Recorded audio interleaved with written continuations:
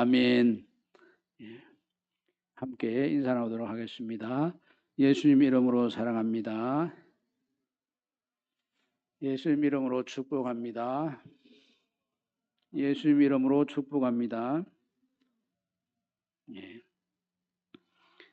예. 얼마 전에 이제 장애인 올림픽이 장애인 체전이 부산에서 끝이 났는데 작년에는 우리 정수연이가 체전에 나가서 금메달을 3개 따왔는데 이번에는 딸이 수술을 하는 바람에 출전을 하지 못하고 지금 재활을 받고 있습니다. 이제 최지성이는 배구를 좋아하고, 지성이 어디 갔나? 우리 동훈이는 야구를 좋아하는데 야구 시즌은 끝나고 이제 배구 시즌이 시작되었습니다. 근데 야구는 9회 말부터 이런 말이 있고, 또 배구는 20점이 넘어가면 그때부터 진짜 배구가 된다, 이렇게 이야기합니다. 그 마무리가 얼마나 잘 되느냐, 이게 굉장히 중요합니다. 시작도 중요하지만 끝도 중요합니다. 근데 이것에 대해서 이제 우리는 시작이 중요하다, 시작이 하나님과 함께 이루어져야 된다 해서 알파 하나님, 마무리가 정말 하나님에 의해서 잘 마무리되어야 된다 해서 오메가 하나님, 이렇게 이야기합니다. 알파는 헬라어로 처음이고 오메가는 마지막입니다. 알파 하나님, 오메가 하나님을 우리가 섬기고 있습니다. 근데 말라기서 말씀에는 마지막에 어떤 단어가 나오느냐 하면 이 저주라는 단어가 나옵니다. 좀 죄송합니다만은 히브리 말로 헤렘이라고 하면 헤렘. 이 헤렘은 뭘 이야기하냐면 인종 청소를 의미합니다. 세겜에서 남자들 그 할례를 받기 위해서 싹 다 죽였지 않습니까? 이거를 헤렘이라고 합니다. 그리고 아말렉을 진멸하라 할 때 그 진멸이라는 말이 헤렘입니다. 헤렘. 여기 구약의 마지막 단어가 헤렘이라, 저주라. 신약의 마지막은 어떻게 되겠습니까? 축복 기도로 끝이 나고 아멘으로 끝이 납니다. 그래서 이 저주가 축복으로 바뀌어서 아멘으로 끝이 나면 이 우리 신앙이 제대로 된 겁니다. 근데 헤렘이라고 해서 구약에 저주로 다 담겨 있는 것은 아니고, 이 저주로, 여기 우리 말로는 저주라는 표현으로 번역이 되어 있는데 이것으로 마지막 단어가 정리가 되어 있지만 그 속에는 이 하나님의 아버지로서의 사랑하는 뜻이 담겨 있습니다. 그래서 여기 주신 말씀에 보면 이 엘리야가 아버지의 마음을 아들에게, 아들이 아버지의 마음을 갖고 돌아오게 한다, 이렇게 했습니다. 그리고 이 헤렘이라고 하는 그 속에다가 하나님 아버지의 마음을 딱 담아놨습니다. 저주는 저주인데, 구약의 마지막 단어가 저주는 저주인데 그 저주 안에 이 하나님의 마음이 담겨 있는 씨앗이 있습니다. 왜 그럼 저주로 끝나느냐? 말라기 마지막에 말씀해 보면 너희들 예배를 왜 이렇게 드리냐? 훔친 재물을 가지고 와가지고 하나님 앞에 제사한다고 도둑질한 걸 갖고 와가지고 이거 재물이라고 바치고, 먹는 것을 가지고 와서 바치고, 저는 것을 가지고 와서 바치고, 그러면서 이걸 제사라고 왜 하느냐? 예배가 왜 이리 썩었느냐? 하나님 것을 왜 도둑질하느냐? 11조를 바친다면서 다 자기 쏙만 챙기고 하나님께 드려야 될 것을 드리지 않고 자기 유성만 챙긴다. 그리고 예배를 드린다. 하나님 내 말 들어주십시오. 내 기도 들어주십시오. 내 예배 받아주십시오. 어떻게 하나님이 그 예배를 받을 수 있냐? 그런 예배를 드리는 너희들은 심판을 받을 수밖에 없다. 저주를 받을 수밖에 없다. 그래서 마지막 단어가 헤렘입니다. 그런데 하나님 원하시는 것은 예배를 순 엉터리로 드리고 생활이 순 예배가 아닌 자기 이성만 챙기는 이 사람들이 하나님 아버지의 마음을 알고 돌아오기를 원하시는 것이 하나님의 마음입니다. 그래서 그 하나님 아버지의 마음을 그대로 드러내어서 실천하신 분이 우리 예수님이십니다. 예수님은 하나님의 마음입니다. 얼마나 이 예배에 실패해서 헤렘에 속해 있을 쓰레기 처리될 수밖에 없는 이런 존재인 우리라. 쓰레기가 아니라 온전히 새 생명으로 태어나도록 하나님께서 계획을 하시고 그 계획 속에 실천적으로 우리 속에 들어오신 분이 예수님이십니다.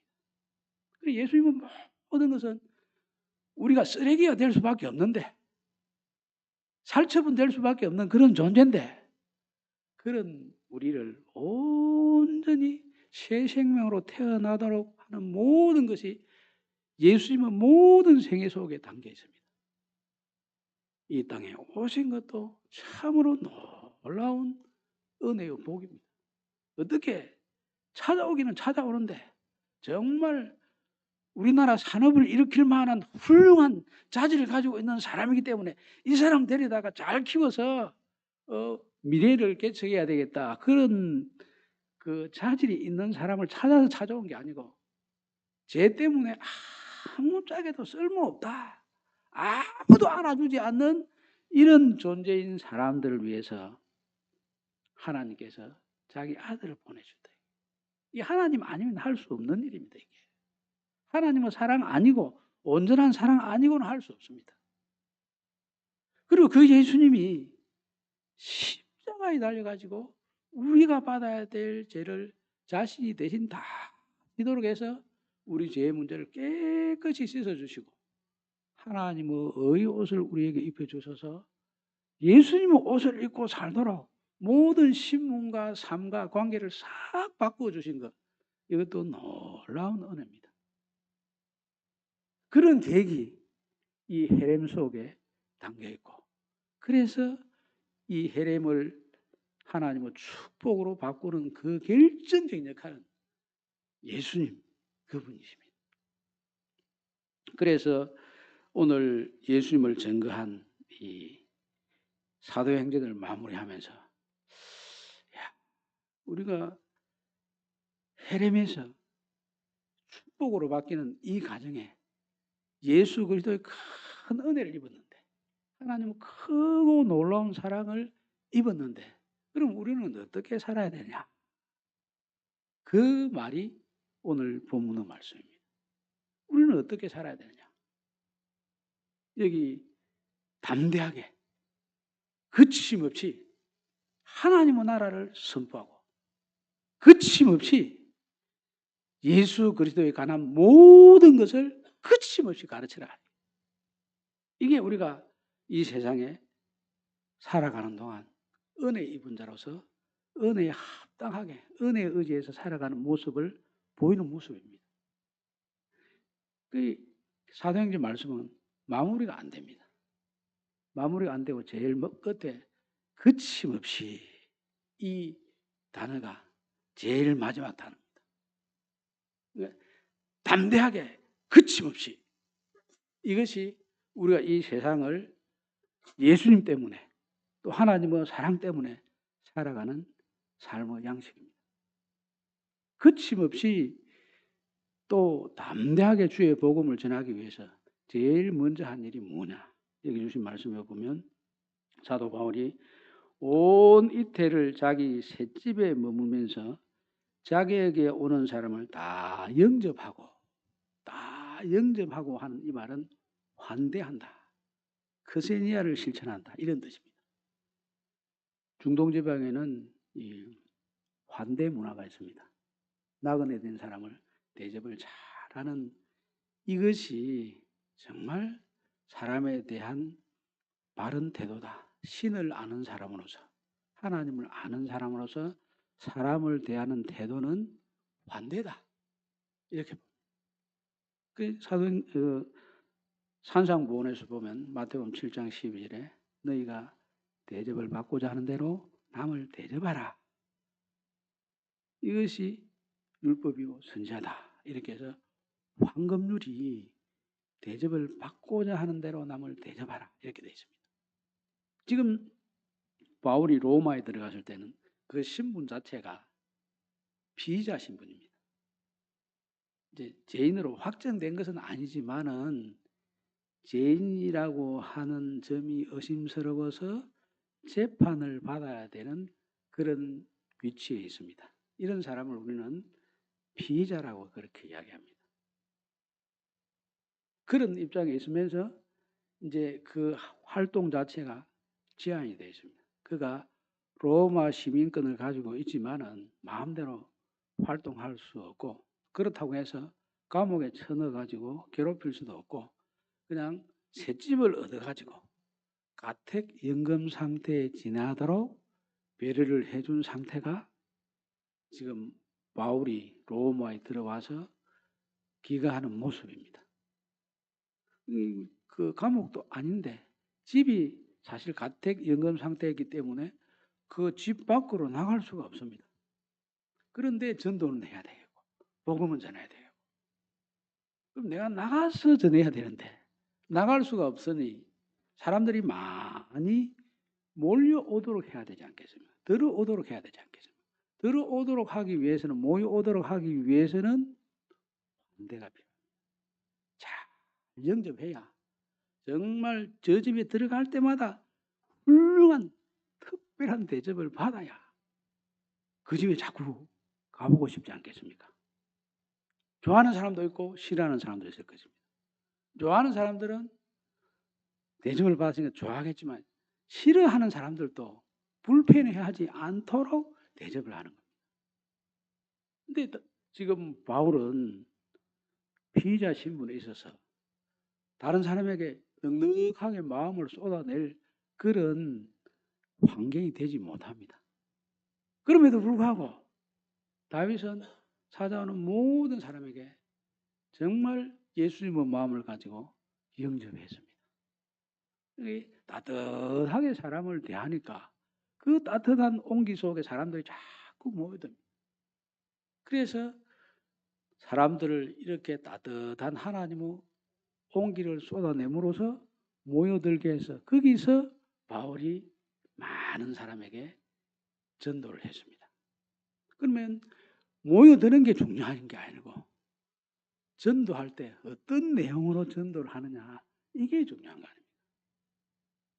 우리가 모여서 교육을 하자 이렇게 하는데 많이 모여서 교육을 하기 시작했다, 그거보다도 그 속 내용이 어떠한가, 그게 정말 결정적으로 중요한 거거든.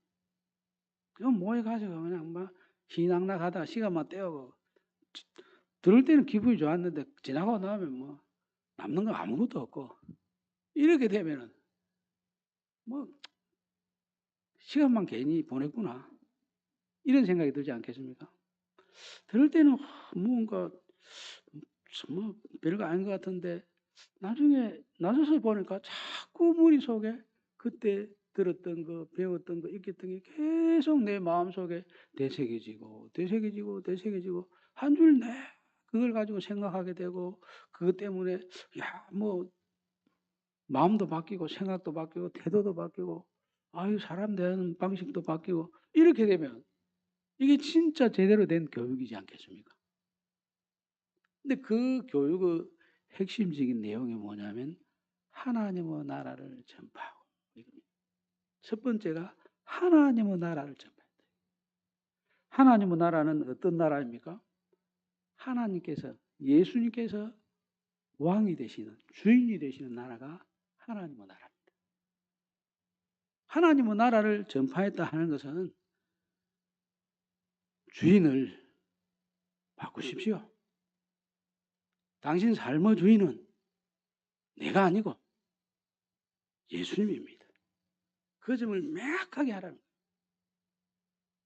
하나님이 주인이셔야 그게 하나님의 나라고, 하나님 왕이셔야 그게 하나님의 나라이지, 하나님 왕되심이 인정되지 않고 예수 그리스도께서 왕이 되신다가 주가 되신다는 것을 인정하지 않으면 하나님의 나라 아닙니다.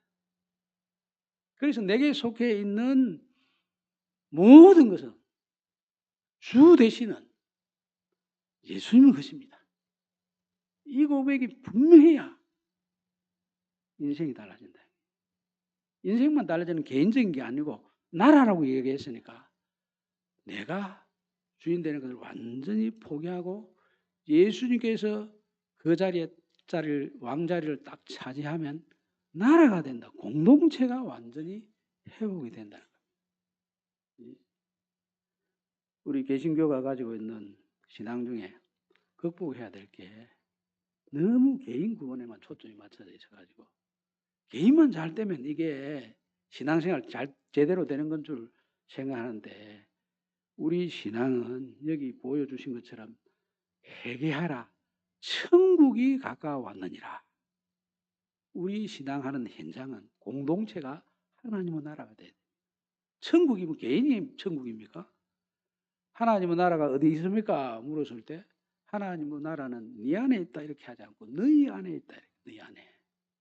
우리 공동체 안에 하나님이 오셔서 주인이 되시는 그 나라가 바로 하나님의 나라입니다. 내 시간의 주인도 내가 아닙니다. 예수님이 주인이라. 우리의 물질적인 모든 것의 주인도 내가 아니고 하나님이 주인입니다. 하나님. 예수님이 주인입니다. 나는 청지기일 뿐입니다. 시간의 청지기이고 물질의 청지기이고 모든 관계가 청지기입니다. 우리 가족들 내 가족이라고 우리가 그렇게 이야기하지만 실제로는 하나님의 가족입니다. 하나님 가족. 하나님이 주인이신 가족입니다. 그 가족은 모든 관계를 하나님이 통치하시고 예수님이 통치하셔야 그 관계가 하나님의 나라가 되는 관계가 됩니다.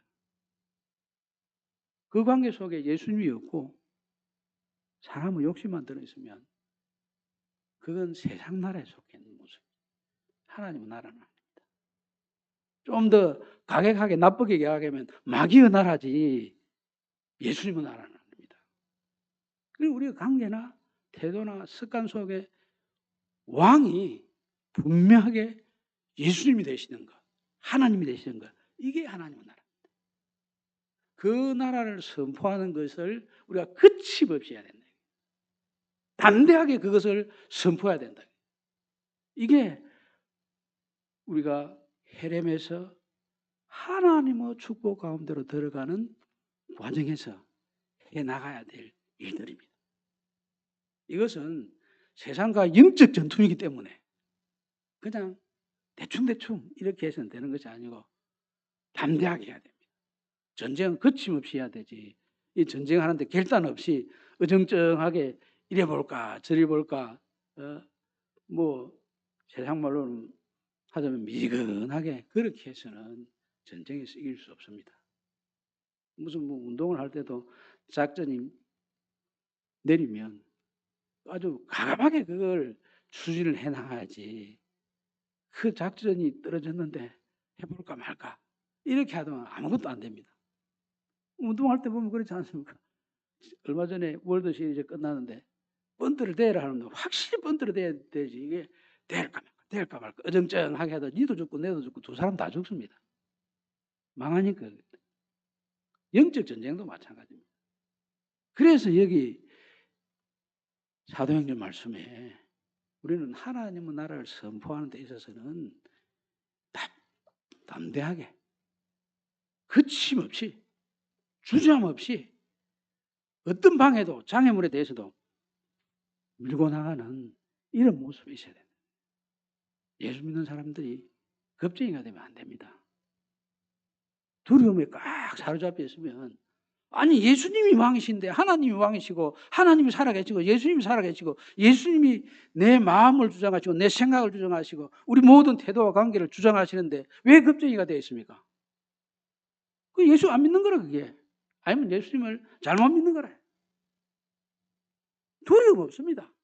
왜? 예수님이 하나님이 내 삶의 주인으로서 나를 지키시고 보호하시고 나의 대상이 되셔서 하나님이 지휘하시고 예수님이 지휘하시는데 왜 우리가 겁쟁이가 되고 두려움 속에 사로잡힌다 말이에요.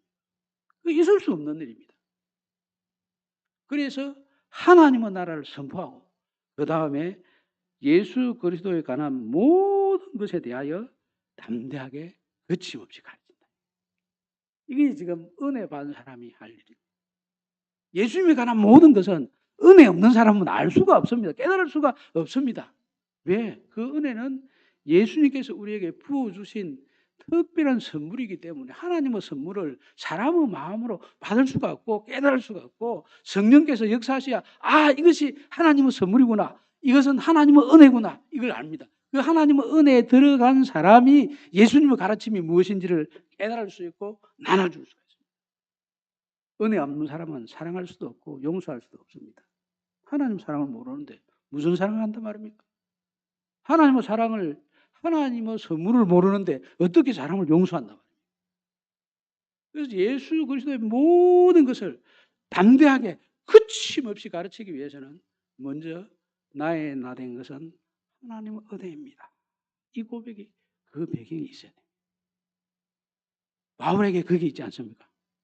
바울은 본래 예수님을 대적하는 것, 예수 믿는 사람을 괴롭히는 것이 하나님께 충성하는 일이라고 생각했습니다. 그런데 하나님이 나타나셔서 나는 내가 박해하는 그 예수다. 이렇게 말씀하시니 바울이 완전히 달라졌습니다. 그리고 달라진 바울은 예수님에 대한 것을 모든 것을 다 가르치려고 했습니다. 예수님의 명령도 그렇습니다. 복음 전할 때 어떻게 하라고 했습니까? 내가 너희에게 분부한 모든 것을 가르쳐 지키게 하라. 모든 것을 가르쳐 지키게 하라고 예수님 명령도 분명히 그랬습니다. 그 명령대로 바울도 역시 예수님에 관한 모든 것을 담대하게 거침없이 가르치는 사역을 했습니다. 사실 우리도 우리 안에서 어떤 가르침이 있느냐 이걸 들여다보면 교회가 진짜 백인지 가짜 백인지 우리 믿음이 참된 믿음인지 모양만 무늬만 믿음인지 하는 게 표현합니다. 그 속에 은혜가 있어서 예수님에 관한 모든 것을 거침없이 가르치고 거침없이 배우고 담대하게 가르치고 담대하게 배우면 그 속에 하나님의 능력이 나타나서 하나님의 일하시는 것이 나타나서 열매가 맺는 모습이 분명하게 나타납니다. 사람은 약합니다. 인간적으로 보면 누가 강해 보이지만은 사실 주변에 있는 여러 환경과 비교해 보면 사람은 참 나약하고 부족합니다. 그래서 이 파스칼이 이야기하기를 사람은 약한 갈대에 불과하다고. 그런데 생각하는 갈대다. 갈대가 힘이 있습니까? 지팡이를 하면 자빠지고 서로 다치고 그 별로 쓸모가 없습니다. 갈대 가지고 집을 지을 수 있습니까? 뭘 할 수 있습니까? 의지할 수 있는 게 전혀 없습니다. 그 정도로 누군가를 붙잡아주고 키워주고 누군가를 위해서 무언가를 할 수 있는 그런 것이 우리 속에는 약해서 없습니다. 그렇지만은 하나님께서 우리 속에 오셔서 만군의 여호와가 되시고 사령관이 되셔서 우리를 주관하시고 예수님께서 우리를 위해서 하신 그 모든 것이 우리에게 입혀져서 하나님의 은혜 속에 잠기게 되면 우리 속에는 하나님께서 감춰 두었던 놀라운 하나님의 생명력이 발동하기 시작합니다. 하늘의 에너지가 우리 속에서 작동하기 시작합니다. 그럼 우리는 세상 에너지를 가지고 살아가는 게 아니고 영적 에너지, 하나님의 에너지를 가지고 살아갑니다. 우리는 이 세상에 속했지만 세상에 속한 것 이상으로 하나님 나라에 속한 사람들입니다. 우리는 대한민국 국민이라서 대한민국에 대해서 지어야 될 것들은 다 지하지만은 그보다 더 중요한 것은 대한민국이 아니라 하나님 나라입니다. 대한민국 헌법보다도 하나님 말씀인 성경이 더 위에 있고 대한민국의 법보다도 교회법이 위에 있고 하나님의 법이 더 위에 있습니다. 그래서 바울은 여기 예수님에 관한 모든 것을 담대하게 거침없이 가르쳤습니다. 자기를 보면 분명히 약합니다. 셋집에 사는 사람이 로마에 있는 사람들이 얼마나 대단한 분들입니까? 요즘 이리 보면 서울에 사는 분들은 상당한 자부심이 있는 것 같더라고요. 그래서 어떤 목사님이 저한테 농담을 하는데 뭐라고 농담을 하냐면 아래 끝들 올라왔나 이러더라고요. 아니 서울은 위에 있고 이 부산은 아래 있지 않습니까? 아래 끝들 올라왔습니까? 이러더라고요. 세상에 이런 농담도 내가 듣고 가만히 있어야 되나 그냥 참고 있었습니다. 뭐 어쩌겠습니까? 그래서 그런 것도 자부심을 가지고 있는 크게 가지고 있구나 이런 생각을 했는데 이 바울이 살던 시대는 이제 신분제 사회 아니면 신분제 사회. 그러다 보니 로마에 사는 시민권들은 특별한 그 특권 의식을 가지고 있었습니다. 이제 그런 사람들을 상대로 지금 바울이 전도를 하고 선교를 하는데 그때 이 사람들 앞에서 주눅이 들어가지고는 어떻게 그들을 전도할 수 있겠습니까? 그런 문화 속에 있는 사람들을 하나님의 나라 문화를 가지고 담대하게 거침없이 이야기해야 하나님의 나라 문화가 세상 문화로 확 파고들어서 그 세상 문화에 속해 있는 것들을 깨끗이 예수님의 보혈로 씻어내고 그리고 씻어낸 그 자리에 주의 성령이 역사하셔서 주의 말씀이 우뚝 서게 하고 그 말씀에 결단하여 순종하고 살아가는 새 삶을 살도록 하지 않겠습니까? 그렇기 때문에 우리가 전도를 하기 위해서는 세상 나라보다 하나님의 나라가 우위에 있다는 이 의식이 분명해야 됩니다. 세상 나라가 아니라 하나님의 나라에 속해 있는 우리들입니다. 이걸 생각하고 우리가 하나님의 나라에 속한 사람으로서 하나님의 나라를 온전히 선포하고 그 하나님의 나라의 왕 대신 예수님에 관한 모든 것을 당당하게 전하게 될 때 그때 세상 나라는 예수님 앞에 무너지고 하나님의 말씀 앞에 무너지게 되어 있습니다. 그리고 하나님 말씀으로 나아갈 때 성령께서 역사하셔서 하나님 나라의 승리를 우리의 승리가 되도록 인도해 주십니다. 너희가 세상에서 환난을 당하나 담대하라. 내가 세상을 이겼노라. 예수님 말씀 그렇지 않습니까? 예수님은 우리에게 담대하라고 했습니다. 왜? 세상에서 환난을 당했기 때문에 환난 당한 것 때문에 주눅들지 말고 세상에서 환난을 당하지만은 내가 세상을 정복하고 하나님 나라를 세웠다. 내가 이 땅에 하나님 나라를 선포하고 하나님 나라를 세워줬으니까 그 하나님 나라에 속해 있는 너희들은 담대하라. 지금은 어떤 때보다도 참 활동하기 좋은 때입니다. 전도하기도 좋고 운동하기도 좋고 또 공부하기도 좋고 놀기도 좋고 구경하기도 좋고 뭐 다 무언가를 하기에 참 좋은 계절입니다.